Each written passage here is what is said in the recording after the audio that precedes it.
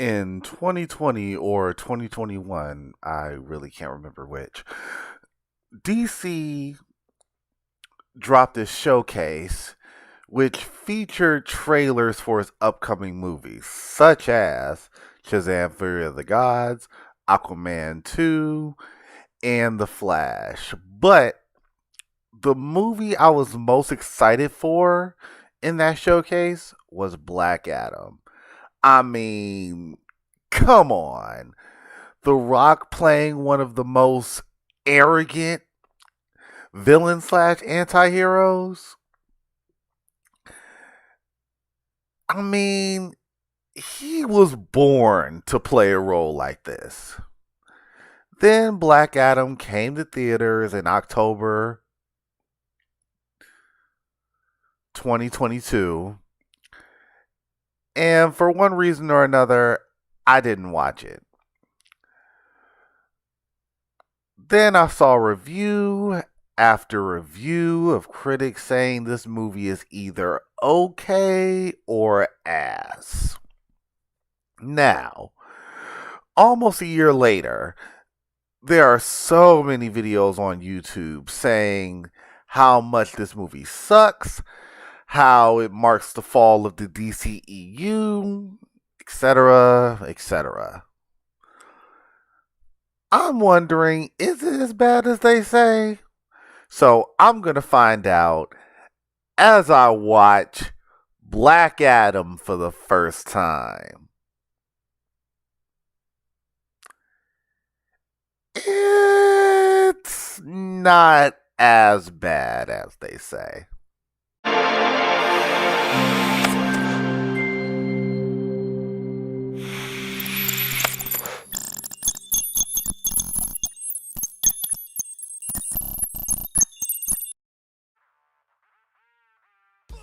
Don't get me wrong, this movie is not great, but it's also not absolute dog shit.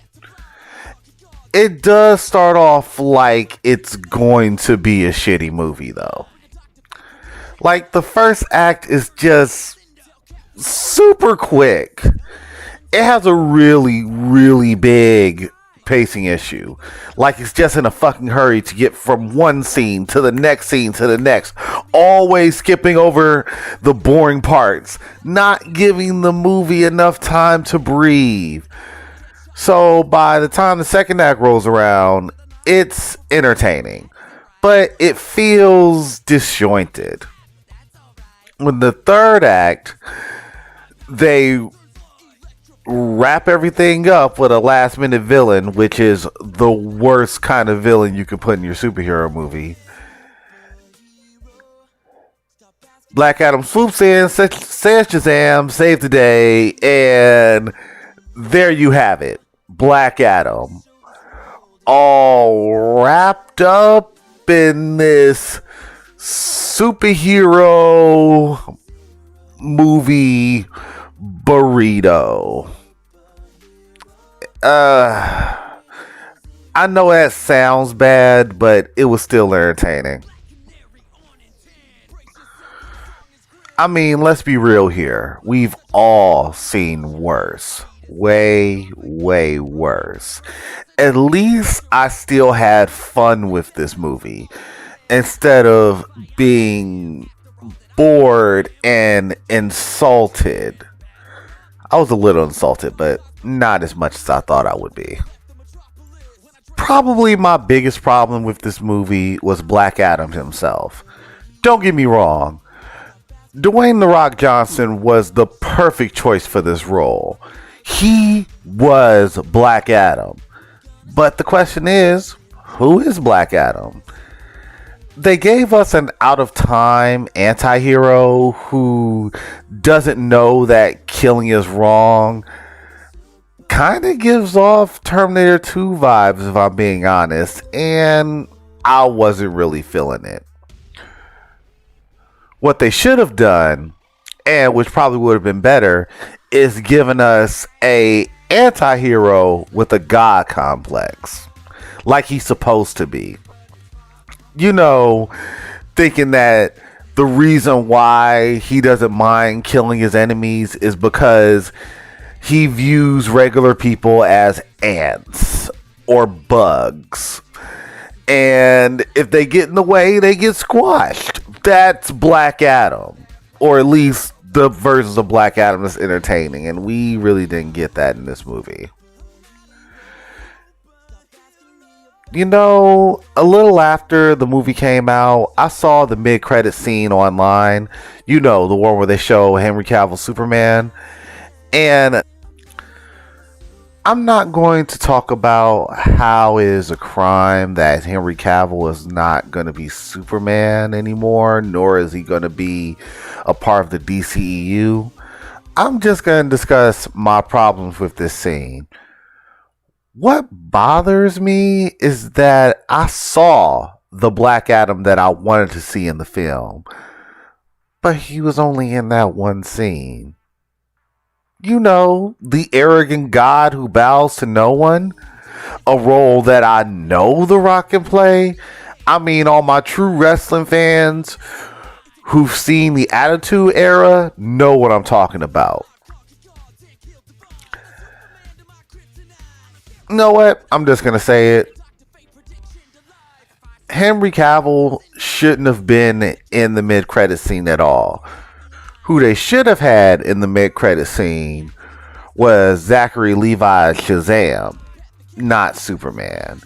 That would have made a lot more sense. And it would have set up a tie-in movie between Black Adam and Shazam. Truthfully, the movie that everybody wants to see.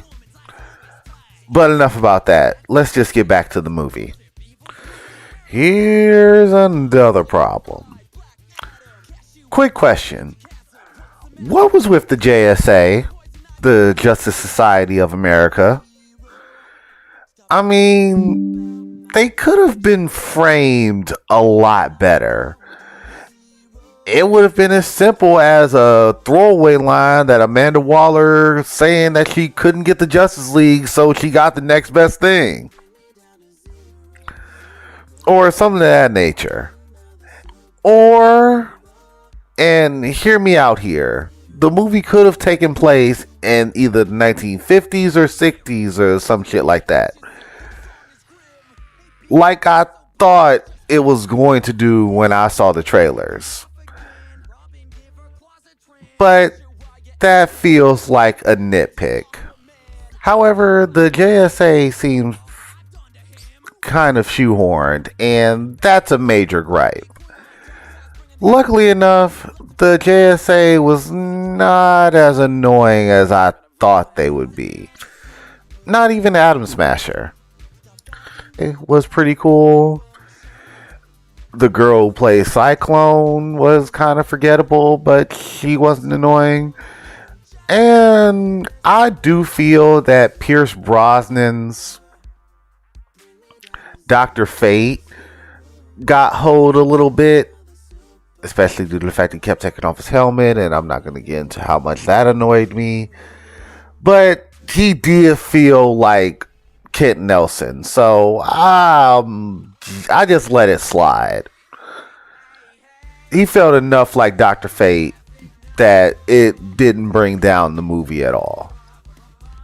However, the movie didn't give the characters enough time to really breathe or flesh out, so it was hard to hate characters that I really couldn't get invested in anyway. However, surprisingly enough, they were still entertaining. Hell, the whole movie was entertaining. That's why I really can't say it's dog shit. I just wish they could have took more time with the story. Like an extra 30 minutes wouldn't hurt.